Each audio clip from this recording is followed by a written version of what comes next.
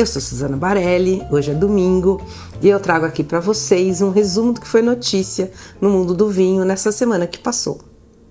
E eu começo com um brinde aos sommeliers, que no último dia 3 de junho foi o Dia Internacional do Sommelier. É uma homenagem a esse profissional que tanto faz no mundo do vinho, como a gente bem valoriza. A data foi escolhida por ser o dia da fundação da Associação de la Sommellerie Internationale, a ASI, que foi criada na França em 1969. No Brasil, além do Dia Internacional do Sommelier, a gente também comemora o Dia Nacional do Sommelier, que é sempre no dia 29 de agosto. A data foi escolhida por ser o dia em que a profissão de sommelier foi oficialmente regulamentada no nosso país, lá em 2011. Bom, essa semana foi a semana da rebarba, digamos assim, da semana anterior. Muitos dos produtores portugueses que vieram ao Brasil participar do evento do Vinhos de Portugal ficaram por São Paulo com várias e várias degustações. Alguns exemplos. Primeiro, a importadora Decanter fez na segunda-feira o seu Decanter Wine Day, com vários desses produtores portugueses e também com outros produtores do portfólio da importadora. Eu tive a oportunidade de provar novamente o vinho que chama A Torre, que foi um alvarinho que impressionou muito o que o Anselmo Mendes faz, e também os vinhos do Thiago Alves de Souza, entre outros vinhos. Entre os destaques desse evento, tirando os portugueses, eu queria falar de um alvarinho, novamente, mas agora um que é cultivado no Chile pelo Gonçalo Guzmán.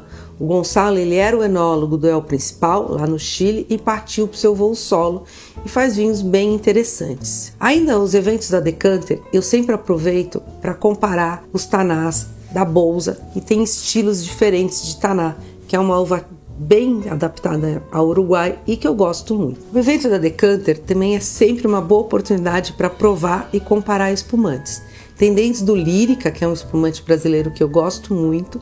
Aí tem o Raventose Blanc, que era um cava, saiu da denominação de cava. E tem os Ferrari, que está sempre entre os bons goles italianos. Mas o que realmente me prendeu a atenção foi a prova dos tintos do Piemonte da Pio Cesare. Uma das coisas interessantes desse interesse crescente da Itália pelo Brasil é que a gente está tendo a oportunidade de provar vários rótulos italianos que antes não estavam com tanto afinco aqui no Brasil. E eu me propus, no evento da Decanter, a provar ou a tentar entender as sutilezas dos crus de Barolo.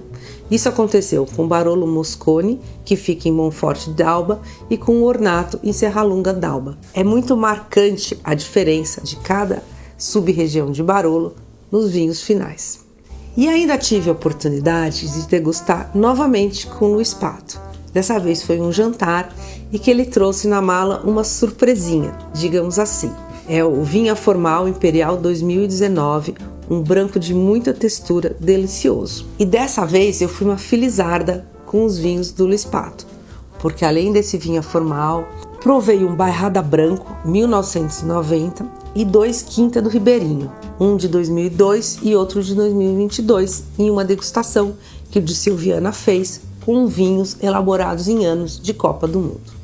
E o meu comentário de tudo que provei de Portugal é o foco do país em uvas brancas, que é crescente, e tem tido coisas muito interessantes, mesmo em regiões pouco conhecidas pelos vinhos brancos. Também é crescente a atenção em colher a uva madura e não sobremadura, o que reflete em vinhos mais frescos, mais agradáveis, mais gastronômicos. Mas, principalmente, está ficando claro que Portugal não está para brincadeira no mercado brasileiro. Nos últimos anos, Portugal sempre dividiu o segundo lugar no ranking dos vinhos mais importados pelo Brasil com a Argentina.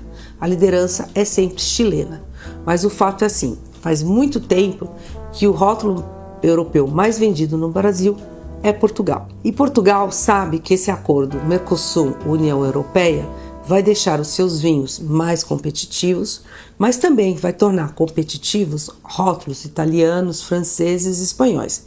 Quer dizer, todos os vinhos europeus aqui no mercado brasileiro. E Portugal não quer perder o seu posto. Por isso tem investindo constantemente no Brasil e se posicionando para não perder participação ou, quem sabe, conquistar a participação quando a queda do imposto de importação chegar a zero, que é o que vai acontecer nesse acordo de livre comércio. Na Levant Filosofia, que sobe todo sábado no Paladar, eu conto dos vinhos elaborados com 2 uvas, que a gente pode chamar de bivarietal, pode falar que é um blend, que é uma assemblagem.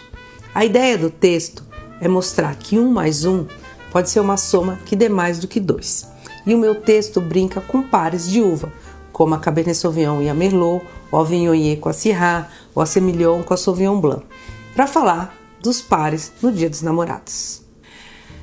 Participei de um seminário que eu achei super interessante, promovido pela Moët Hennessy, sobre viticultura regenerativa. É um tema que eu acho super importante, sempre pensando o que muitas vezes a gente esquece, encantada pelo fascínio do vinho, mas a viticultura é uma monocultura com todos os problemas que um só plantio traz em uma área grande. A viticultura regenerativa, apesar de ser esse palavrão, o seu objetivo é cuidar do solo, garantindo, inclusive com outras formas de vida, outros plantios, evitando que esse solo fique pobre, que ganhe erosão, ou seja, é uma maneira de deixar o solo sempre vivo. A discussão foi muito boa, com exemplos da Chandon em Encruzilhada do Sul, lá no Rio Grande do Sul, lembrando que a Chandon pertence ao grupo Moët Hennessy, e também com um projeto que eu não conhecia da Stella Pietro, que tem vinhedos na Mantiqueira, mas que, ao invés de elaborar vinhos, vende as suas uvas para vários produtores. São 2 apostas na agricultura regenerativa. Ainda no Brasil, sobre esse tema, tem um exemplo bem interessante do Luiz Zanini com os seus vinhedos gaúchos lá da Era dos Ventos. E como é um tema que eu realmente simpatizo, acompanho também os projetos lá no Alentejo. Tem, em particular, um projeto que eu gosto muito, que é o do João Raposeiras, na Tapada dos Coelheiros. Nessa maratona de notícias e degustações que foi o mês de maio, eu acabei não trazendo aqui as informações do Amprimer, que é quando o Chateaux em Bordeaux lança o seu vinho nesse sistema de vendas antecipadas. O Amprimer, para relembrar, é o principal sistema de comercialização de Bordeaux. Nele, os vinhos são vendidos entre maio e junho do ano seguinte à safra, e os compradores recebem as suas garrafas 2 anos depois. É uma forma de, digamos, financiar os chateaus enquanto os vinhos estão envelhecendo, estão amadurecendo em suas vinícolas. É um sistema que começou a ser colocado em xeque recentemente.